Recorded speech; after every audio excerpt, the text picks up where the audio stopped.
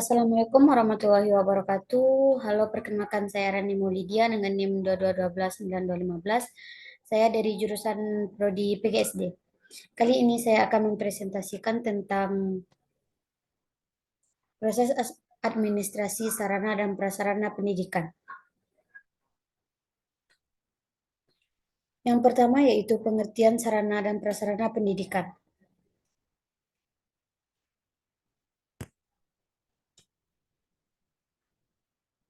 Sarana pendidikan adalah peralatan dan perlengkapan yang secara langsung dipergunakan dan menunjang proses pendidikan, khususnya proses belajar mengajar seperti gedung, ruang kelas, meja, kursi, alat-alat, dan media pembelajaran. Adapun yang dimaksud prasarana adalah fasilitas yang secara tidak langsung menunjang jalannya proses pendidikan atau pengajaran seperti halaman, kebun, taman sekolah, dan jalan menuju sekolah. Menurut Ibrahim Bafadal, 2003, sarana pendidikan adalah jalan menuju sekolah. Sarana pendidikan adalah semua perangkat peralatan, bahan, dan perabot yang secara langsung digunakan dalam proses pendidikan di sekolah. Wahyuningrum 2004 berpendapat bahwa sarana pendidikan adalah segala fasilitas yang diperlukan dalam proses pembelajaran yang dapat meliputi barang bergerak maupun barang tidak bergerak agar tujuan pendidikan tercapai. Sedangkan menurut Subagio, MS Manajemen Sarana dan Prasarana merupakan proses kegiatan, perencanaan, pengorganisasian, pengadaan, pemeliharaan, penghapusan, dan pengendalian logistik atau perlengkapan. Terdapat beberapa pemahaman mengenai administrasi sarana dan prasarana, di antaranya yaitu yang pertama,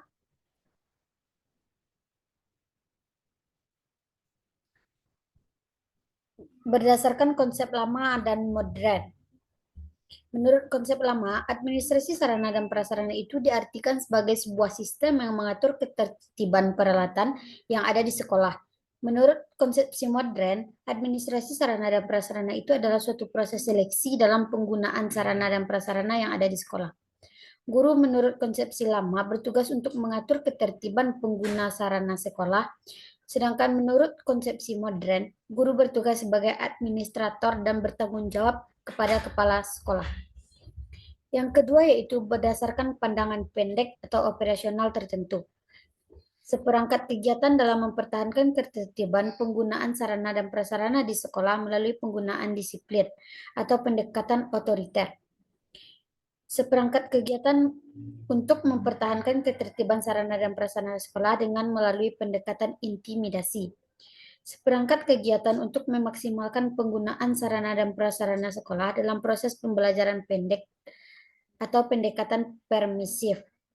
Selanjutnya yaitu seperangkat kegiatan untuk mengefektifkan penggunaan sarana atau prasarana sesuai dengan program pembelajaran atau pendekatan instruksional.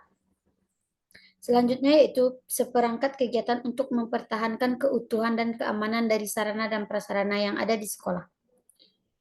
Yang selanjutnya yaitu materi yang akan kita bahas yaitu proses administrasi sarana dan prasarana.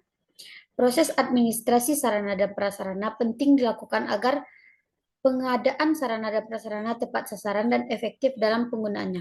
Proses kegiatan administrasi sarana prasarana pendidikan ini meliputi perencanaan, pengadaan, inventarisasi, penyaluran, pemanfaatan dan pemeliharaan, penghapusan dan pengawasan.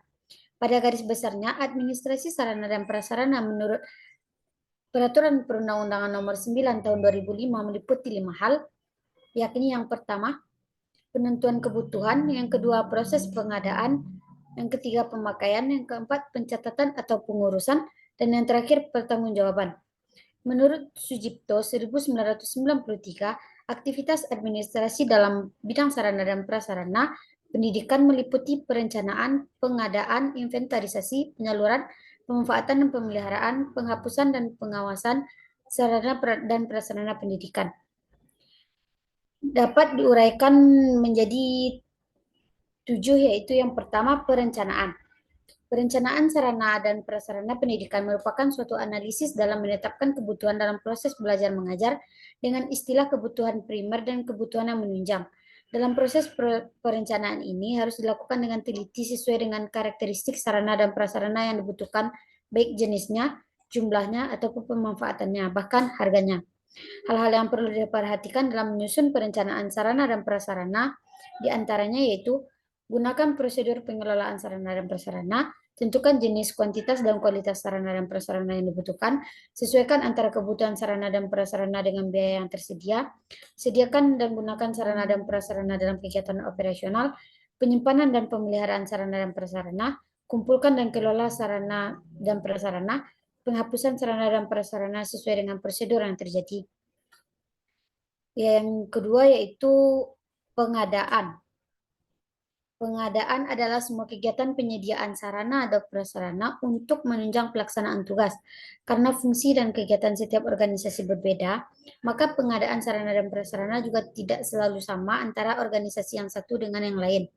Namun hal ini mengadakan sarana dan prasarana pendidikan ini terlebih dahulu dilakukan perencanaan.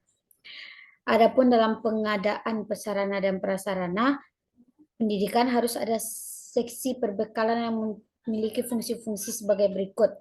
Yang pertama, penelitian kebutuhan perlengkapan kerja, baik mengenai kualitas, jumlah, maupun mutu. Faktor-faktor yang perlu diperhatikan dalam pendidikan dalam penelitian dan penentuan kebutuhan perlengkapan kerja adalah faktor fungsional, transport, prestis, standarisasi, dan normalisasi. Yang selanjutnya itu standarisasi dan perincian benda, sedangkan langkah-langkah yang perlu ditempuh untuk mengusahakan standarisasi. Selanjutnya, klasifikasi alat-alat, menggolongkan alat-alat yang berfungsi sejenis atau menghasilkan barang-barang tertentu yang sama. Spesifikasi dan perincian alat-alat dengan menggunakan kemampuannya.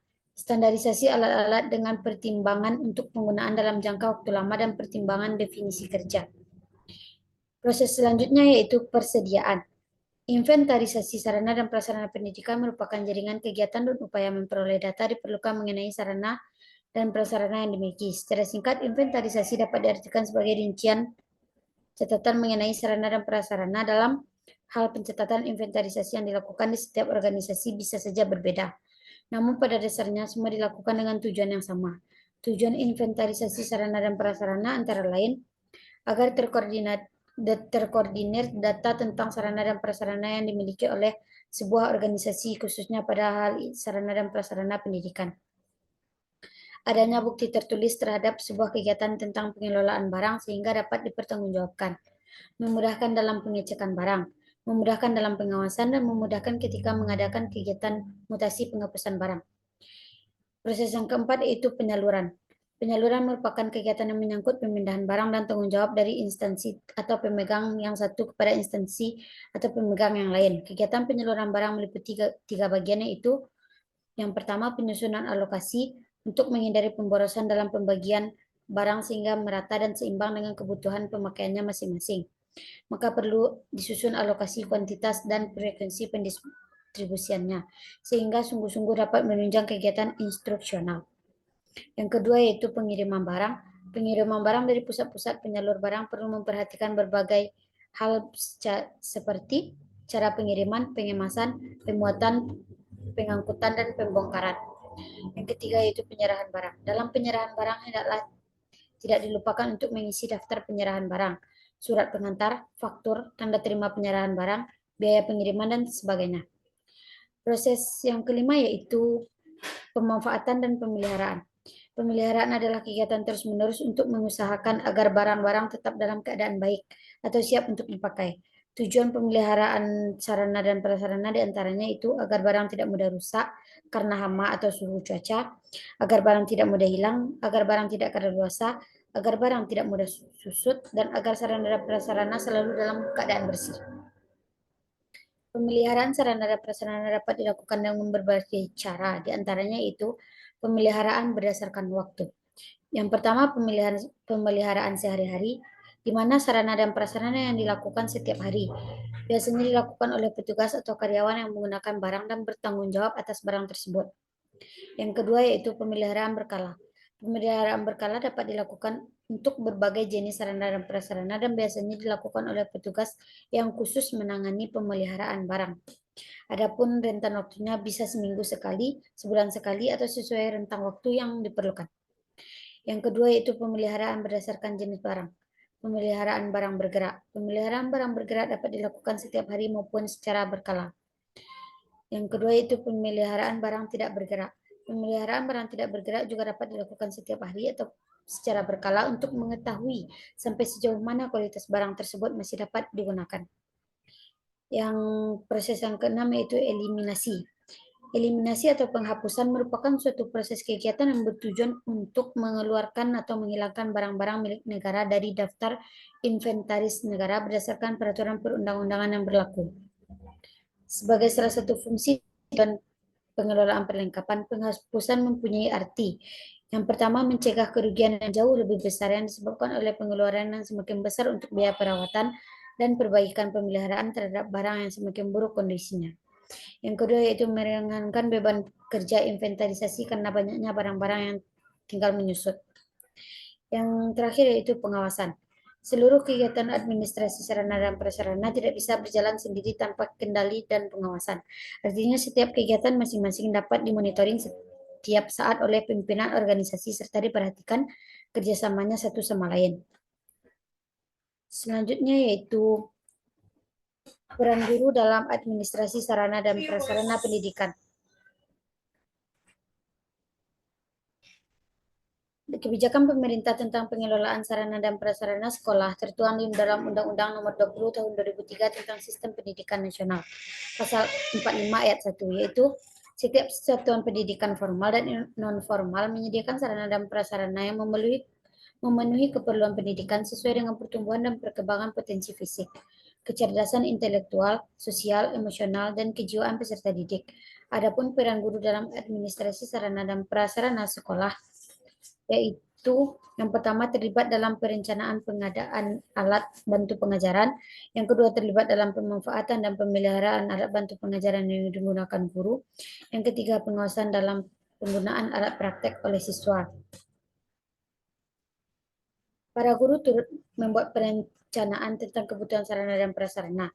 Pendidikan yang dibutuhkan dalam pembelajaran sesuai mata pelajaran yang diajarkan dengan mempertimbangkan antara kebutuhan dan ketersediaan dana yang dimiliki. Para guru turut bertanggung jawab dalam menjaga dan memelihara sarana dan prasarana pendidikan yang ada. Pada proses pembelajaran, para guru memanfaatkan sarana teknologi informasi yang dimiliki sehingga bisa mendorong siswa menjadi lebih aktif belajar. Para guru juga mendorong para siswa untuk memanfaatkan sarana perpustakaan, olahraga, laboratorium komputer, bahasa, IPA, dan agama, dan lain sebagainya yang telah digunakan dalam mendukung proses pembelajaran. Yang selanjutnya mengajak para siswa untuk turun bertanggung jawab dalam pemeliharaan lingkungan sekolah dan sarana prasarana yang ada, seperti menjaga kebersihan, mengembalikan pada tempatnya setelah dipakai. Mungkin hanya itu yang dapat saya jelaskan pada pertemuan kali ini. Sekian dan jika ada kesalahan saya mohon maaf. Saya akhiri dengan Assalamualaikum warahmatullahi wabarakatuh.